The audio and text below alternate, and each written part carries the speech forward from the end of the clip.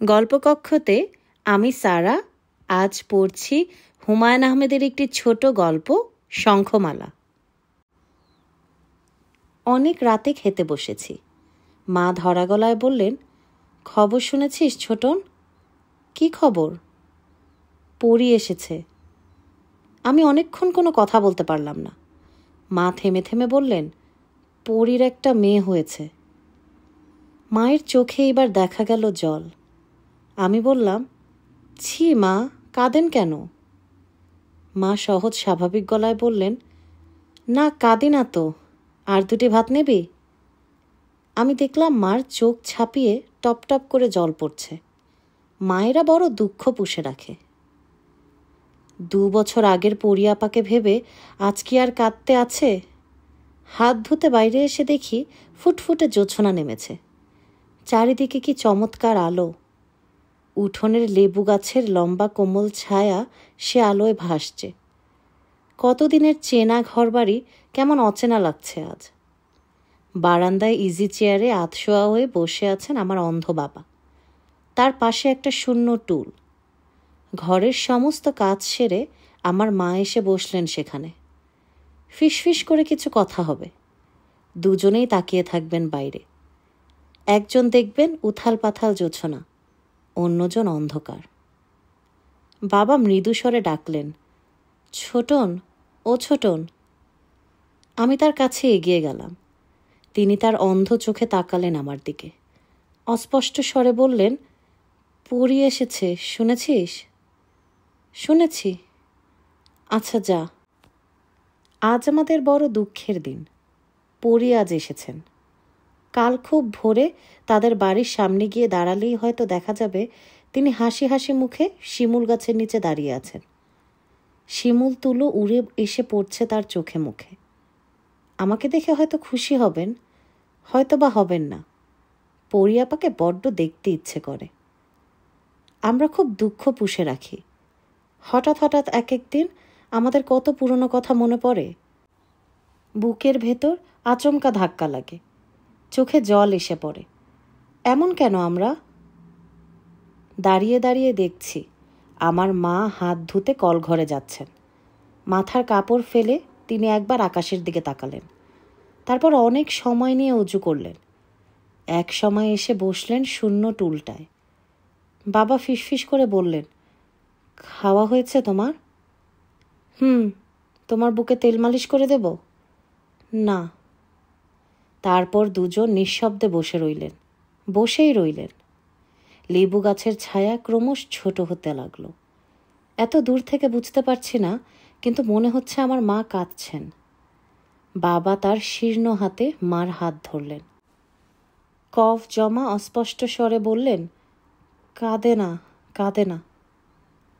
বাবা তার বৃদ্ধা স্ত্রীকে আজ আবার 30 বছর আগের মতো ভালোবাসুক। আমার মার আজ বড় ভালোবাসার প্রয়োজন। আমি তাদের ভালোবাসার সুযোগ করে নেমে পড়লাম রাস্তায়।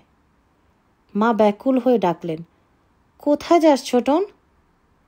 এই একটু হাঁটবো রাস্তায়। দেরি করবি না তো? না। মা কিছুক্ষণ ইতস্তত করে বললেন, ছোটন, তুই কি পরীদের বাসায় যাচ্ছিস?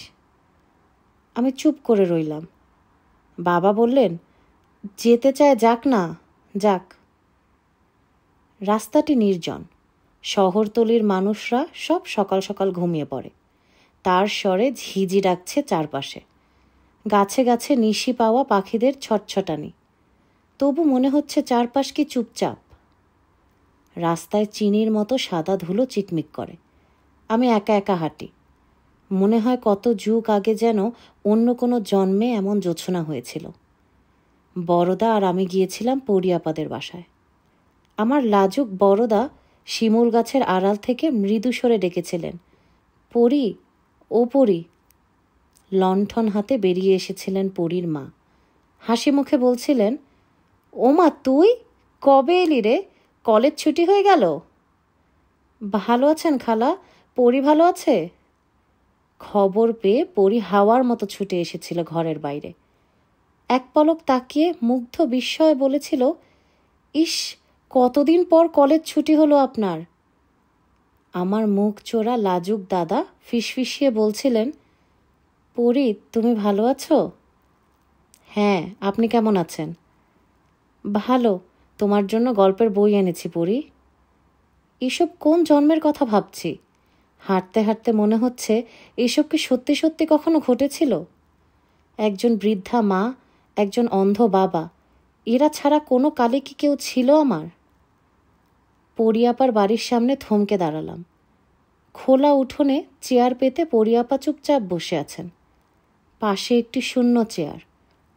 পরিয়াপার বর হয়তো উঠে গেছেন একটু আগে। পরিয়াপা আমাকে দেখে স্বাভাবিক গলায় বললেন, ছোটন না? হ্যাঁ। আহ, কতদিন পর দেখা, বসো এই চেয়ারটায়। আপনি ভালো আছেন পরিয়াপা? হ্যাঁ, আমার মেয়ে দেখবি? বস, নিয়ে আসছি। লাল জামা গায়ে ডল পুতুলের মতো একটি ঘুমন্ত মেয়েকে কোলে নিয়ে ফিরে আসলেন তিনি। দেখ, অবিকল আমার মতো হয়েছে, তাই না? হ্যাঁ। কি নাম রেখেছেন মেয়ের? নীরা। নামটা তোর পছন্দ হয়? চমৎকার নাম। অনেকক্ষণ বসে রইলাম আমি। এক সময় পরিয়াপা বললেন, বাড়ি যা ছোটন, রাত হয়েছে। বাবা আর মা তেমনই বসে আছেন। বাবার মাথা সামনে ঝুঁকে পড়েছে। তার সারা মাথায় দুধের মতো সাদা চুল। মা দেয়ালে ঠেস দিয়ে তাকিয়ে আছেন বাইরে। পায়ের শব্দে চমকে উঠে বাবা বললেন, ছোটন ফিরলি? জি। পরিদের বাসায় গিয়েছিলি? হ্যাঁ। অনেকক্ষণ আর কোনো কথা হলো না। আমরা তিনজন চুপচাপ বসে রইলাম। এক সময় বাবা বললেন, পরি কিছু বলেছে? না।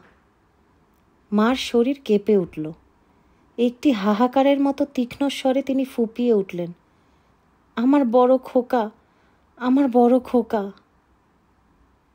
অ্যান্ড্রিন খেয়ে মরা আমার অভিমানী দাদা যে প্রগাঢ় ভালোবাসা পরিয়াপার জন্য সঞ্চিত করে রেখেছিলেন, তার সবটুকু দিয়ে বাবা আমার মাকে কাছে টানলেন।